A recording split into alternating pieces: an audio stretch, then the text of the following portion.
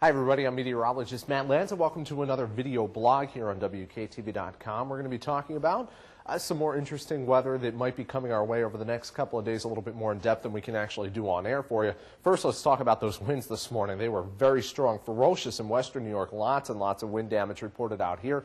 Obviously, you see why, with 70 to 75 mile an hour wind gusts reported across the area. Needless to say, it was quite windy. We'll shift you off to the east here and show you some more numbers in our area, and you can see 69 miles an hour wind gust in Roseboom. I believe that's on a hill down in Otsego County, just to the east of Cooperstown. So they certainly cashed in there with some very strong winds. 60 miles an hour from our Skywatcher Becky up in West Leyden. Constantia on the north shore of Oneida Lake picking up wind gusts of 75 miles an hour. Also 70 mile an hour wind gusts up to the north. And also off the map here, you'll be able to see that we've got another area just to the north there, Fort Drum near Watertown. They actually had 79 mile an hour wind gusts out there this morning. Very, very impressive for January, to say the least. A lot of wind damage. Obviously, we don't want to deal with this anymore. Now, let's talk a little bit more about what's going to be happening here over the next 24 hours. First, just want to show you the amount of storm reports. Notice down here, we had about 50 reports across New York State and northern Pennsylvania here just from this morning. Very impressive. You don't usually see severe weather outbreaks like this during the month of January.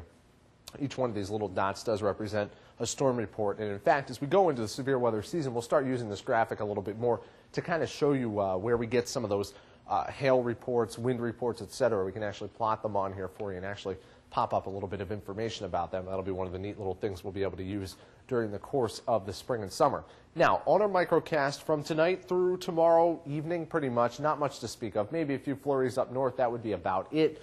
Tomorrow, you're going to have a nice, pretty much a nice day to start off with. Some sunshine. Clouds will increase throughout the day, and then as we go into tomorrow evening, our attention will focus to a storm system down to the south. Starts to bring some moisture into southern parts of our viewing area by about 8 or 9 o'clock tomorrow night.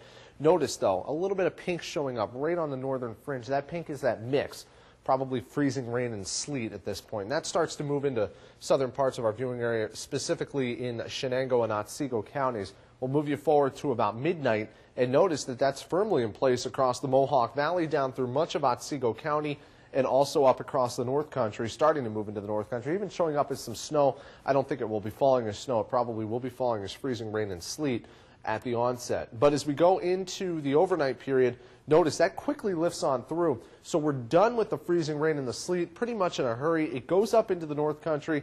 It lingers around Old Forge out to about Lake Pleasant for a few hours, and then it kicks on out of here. I do think we will see probably about a little bit of a coating of ice generally in this area right here across the Adirondacks, mostly to the north and west of, say, the town of Ohio, right about here.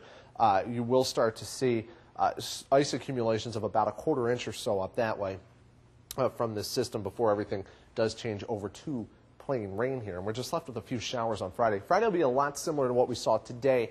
Breezy, but not nearly as windy as we saw out there for our Wednesday. Let's continue moving forward in time. We're going to talk a little bit about the storm system that a lot of you are interested in coming up toward early next week. We're going to kind of explain the scenarios that we have at play here. Just showing you the plain old map of the East Coast. Let me talk about what's going to happen here. First step is storm system develops on Sunday night off the Carolina coast, one of the Carolina coasts, maybe off the Georgia coast as well. This storm system will slowly start to lift up to the north and the east, up the East Coast. This is scenario number one now that I'm going to talk about. There are two different scenarios what this storm could do, but this will be the first scenario.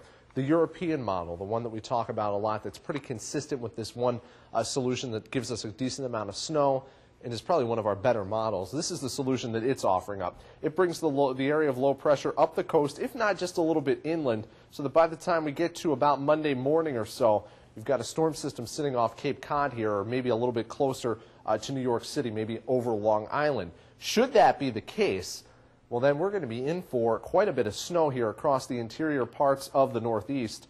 You see the area that we're drawing in there. I think northern Pennsylvania, New York State, perhaps even getting up toward northern New England, we'll see a decent amount of snow from this storm, should that be the case. So if we do get this type of scenario that the European model that we use is offering up, then we're going to be talking about heavy snow on Monday and into Monday night, probably starting Sunday night, going into Monday and then going into Monday night. Now, let's talk about the other solution. Same idea here.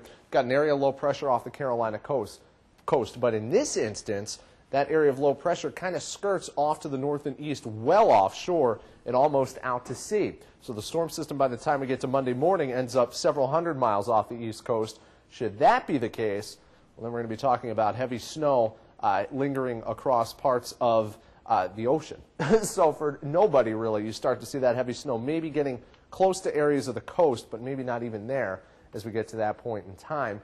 And then as we talk about heavy snow, we get missed. We miss out on the fun here from the snow. Now, there will be another storm system cutting across the Great Lakes at this time. It'll bring us some widespread light snow, but the heavy stuff, that's what we're going to miss out on. So again, scenario number 1 would favor us with some heavy snow. Scenario number 2, we get really nothing out of the storm system. And that's what we're going to have to try and piece together over the next couple of days to see if our models trend toward each other or we go one way or the other.